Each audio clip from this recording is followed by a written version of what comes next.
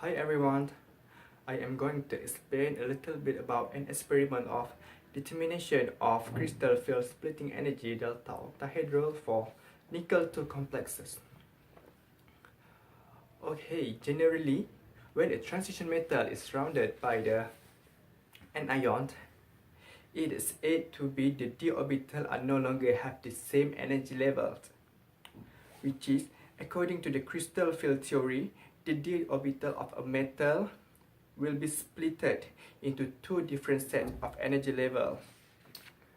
So it is said to be like this. This is the original d orbital. When it's surrounded by the anion, it will be split into two, which is consists of Eg orbital and T2g orbital. At Eg orbital, the orbital involved is dz squared minus dx squared minus y squared. And meanwhile, for the T2g orbital, the orbital involved is dxy, dxz, and dyz. The difference between the two orbitals is the delta O, delta octahedral, which is the splitting energy of that metal. Next, an electron can move from one orbital to a higher energy orbital by absorbing light, which have exactly the same energy as the energy difference between the orbital.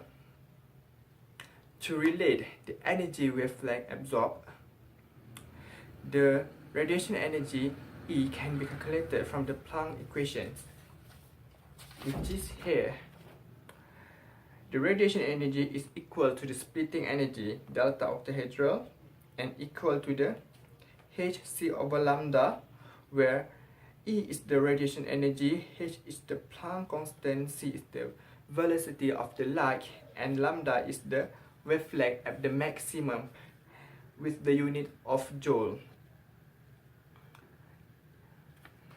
And then complexes with strong field ligand absorb high light energy that will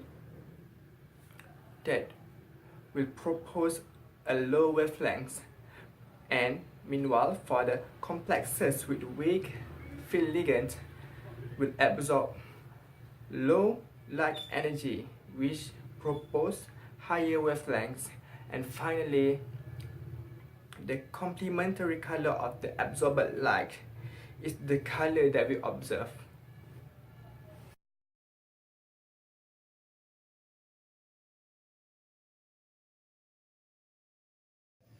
Hi, my name is Ang, and I will be talking about the procedure part for this experiment. So there will be four chemicals that we need. The first one is 0.05 molar of NiNO32 aqueous, and the second one is 0.05 molar of DMSO and concentrated NH4OH and ethylene diamine.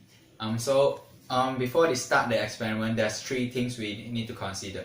The first one, we have to avoid skin contact with the chemicals, and the second one, wear goggles all the time, and the third one, if there's any skin contact with the solution, wash it off immediately with the tap water. So I'll start the procedures. So for the first one, we'll prepare 4 aluminum flasks and label them 1 to 4, 1, 2, 3, 4. And for the first one, we'll add 5 ml of NiNO32 followed by 5 ml of concentrated NH4OH. For the second aluminum flask, we'll add 5 ml of NiNO32 followed by 5 ml of ethylene diamine. And for the third one, we'll add only 5 ml of NiNO32 without anything follow up. And the fourth one, we'll add 5 ml of 0.05 molar of DMSO first before we add in 5 ml of NiNO32. And for the first and second flask, we'll have to shake to homogenize the solution first. And after that, we'll record all the colors of the solution in for the beak of the aluminum flask. Before we proceed to the final step, which is recording the electronic spectra of all the complexes in these 4 LML flasks in a wavelength of 340 nanometers to 650 nanometers. And after that, we'll determine the maximum wavelength of all the complexes we made here. Yeah, and that's all from me. Thank you. Hi, my name is Ma Huing Pui. So today I will present about the result for this experiment. So for the flask 1, after we add in the aqueous solution of nickel 2 nitrate and the concentrated ammonia solution, the mixture will turn to light bluish purple color. For the flask 2, after we adding the aqueous solution of nickel 2 nitrate and the ethylene diamine, the mixture will turn to light pink color. So for the flask 3, we just add in the nickel 2 nitrate solution. So the solution will be light green color. And for flask 4, we just add in the nickel 2 nitrate in dimethyl sulfoxide. So the solution is in light yellow color. That's all from the result. My name is Muhammad Shafi Alias, and I will proceed to a discussion part for experiment 4, which is the determination of the crystal field splitting energy for nickel 2 complexes. So, the first thing first is about the magnetic susceptibility. So, as we know, nickel is in the group A, so they will form a D8 complex. So, the transition metal commonly have a partially field of D or might be F subshell orbital in any common oxidation state. Thus, they form a complex ion with a various type of ligand. Either it's a raw, either it's a strong or weak. So, the ligand is actually an atom or molecules that donate electron to the central atom of the metal. So, the strength and the type of the ligand can potentially alter the structure and the properties of the ion. So, this experiment shows that the significance of the interaction between the type of ligand and the effect of color and magnetic susceptibility of the compound. So, as we can see, there are 2 types of magnetism, which is first one is paramagnetism and the second one is diamagnetism. So, the meaning of a paramagnetism is that the type of magnetism, if there is an external magnetic field to align the randomly aligned electron spin. And yeah, the diamagnetic is the type of that create a magnetic field that oppose any applied magnetic field due to the presence of any electron. So, all materials are thus a diamagnetic, but they may be a paramagnetic, as the effect of diamagnetic can be overshadowed. Alright, so for the crystal field splitting theory on the octahedral field, so in octahedral field there are ligands line of approach as long as D, X, Y, and Z axis 5 degenerate orbital will split to 2 energy level. So comprising 2 EG and 3 2G orbitals, which the EG orbitals energy rise above the energy of the degenerated D orbital, and the T2G orbitals energy is lowered below that. So the 2 EG orbital comprise of dx square minus y square and dz square orbital. So while the other 3 T2G orbital comprise of the dxy, dxz, and dyz orbitals.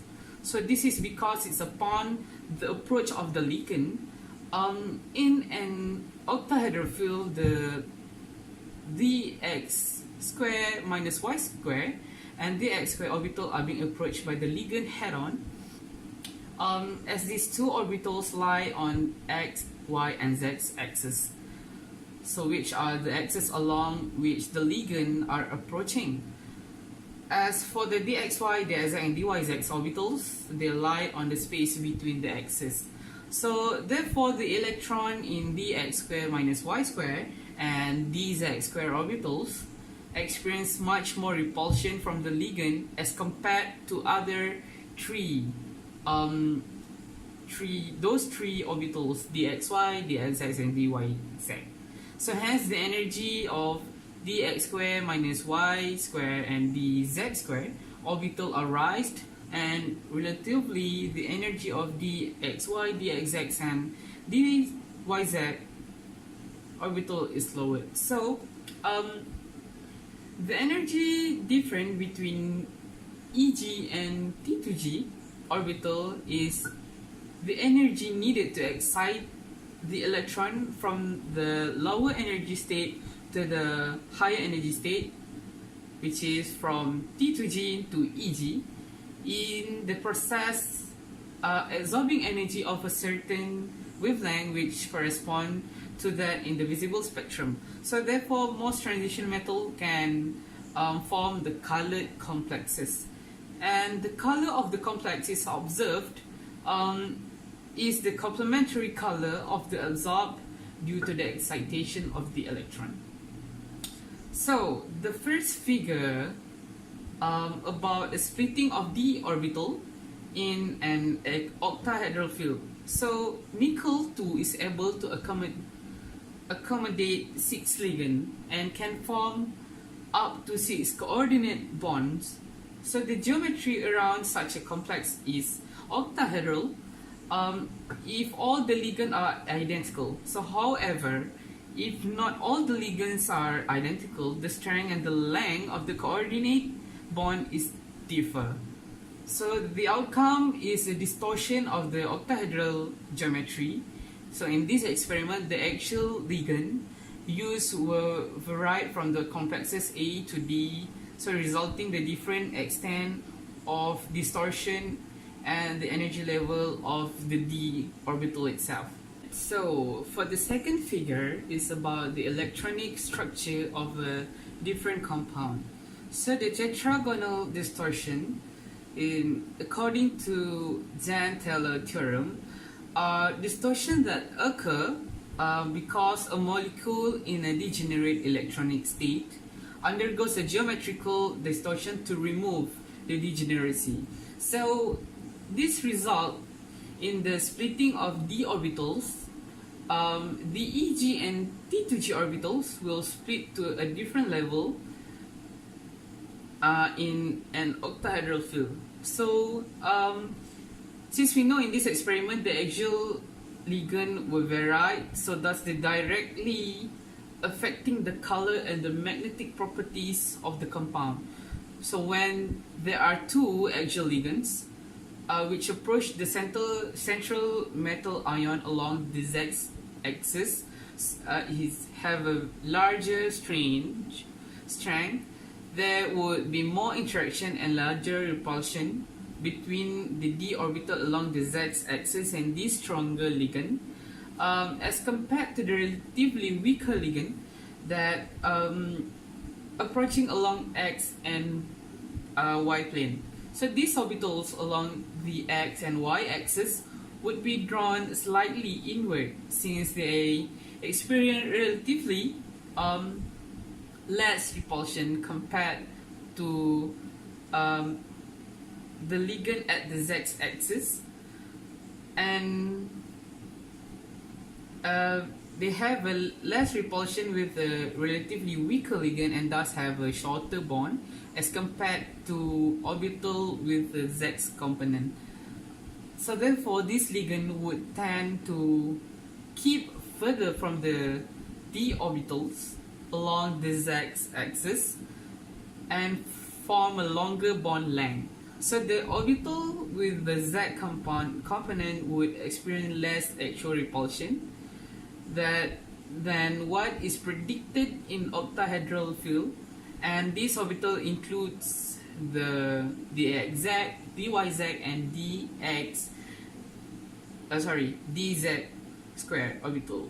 So by keeping slightly further away, the energy can be slightly lowered.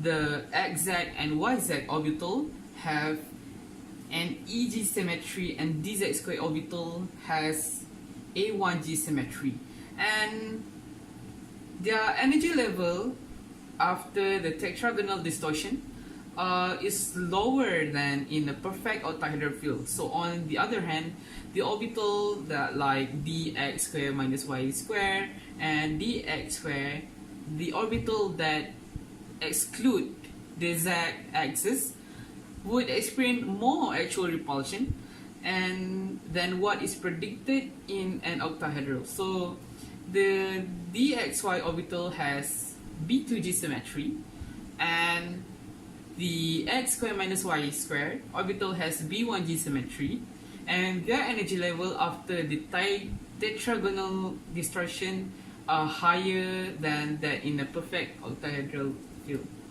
So therefore, the energy of the orbitals of Z component are lowered, while those without a rise, thus forming a new energy levels.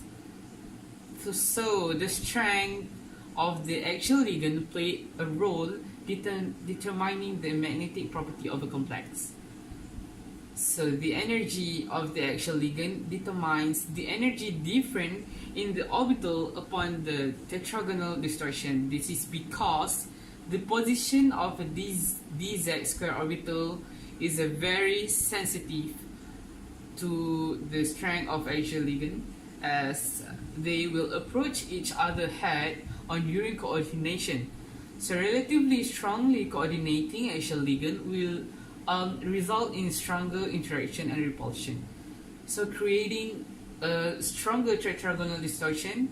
And it conversely, the relatively weaker coordinating actual ligands will result in less interaction and repulsion as compared to the stronger actual ligand, and thus creating, as we know, creating a weaker tetragonal distortion. So this is very crucial as it determines whether the complex is a high spin or a lower spin complex, which orbital the electrons will occupy, and finally the magnetic property is an octahedral field with the weak tetragonal distortion. The energy gap between the B1G and A1G orbitals is relatively small, and the magnitude of the energy is likely less than the pairing energy. So since nickel 2 plus is a D8 compound, so the 8th electron has a choice to fill either the B1G orbital or pair up in the A1G orbital. So the system will be relatively lower in energy overall of the electrons who are excited to B1G orbital, since the energy gap is relatively small than the pairing energy, so it's minimizing the repulsion due to the pairing as well. So this would result in two unpaired electron, which is high spin compound, and thus the compound would be a paramagnetic. But however, if an octahedral field has a strong tetragonal distortion, the energy gap between B1G and all the other orbital is significantly large. So the magnitude of the energy is likely larger than the pairing energy. So the system will then achieve a more stable system if the electron pair up in the B2G orbital instead of exciting it and having a two unpaired electron, one in the B1G and one the other in B2G orbital. So this compound in this case would have no unpaired electron. It will be a low spin compound, and this is a diamagnetic.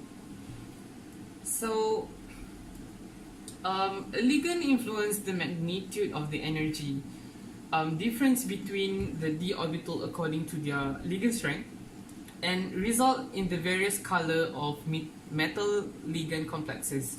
So according to the spectrochemical series, the ligand strength of the molecule used in these 4 nickel 2 complexes is in the following order, which is I negative is lesser than Cl minus, lesser than NO3 minus, lesser than H2O, and the last one is NCS minus. So these experiment results obtained shows the compound A, which is the actual ligand are Cl minus, and B, actual ligand are NCS minus, is paramagnetic, while the compound C, which has the actual ligand NO3 minus, and D, the actual ligands I minus, are dimagnetic. So, however, there is a discrepancy from the spectrochemical series. It is expected that B and C to be paramagnetic as their ligand are stronger than the ligand for the A and D. So the stronger ligands imply more interaction with the central metal ion and a greater repulsion, leading to a larger tetragonal distortion. So in the calculation, the number of unpaired electron in A is 0, in B is 2, in C and D are 0. So the erroneous value of 0 for A, when in fact theoretically it is expected to be 2, suggests the experimental error while measuring the magnetic susceptibility. So these two unpaired electrons in A and B was the cause for them to be paramagnetic. As such, should reflect a non-zero and a positive magnetic susceptibility. So C and D are diamagnetic because all the electrons are paired up. The spin in the complexes are paired, so they are repelled by the magnetic field.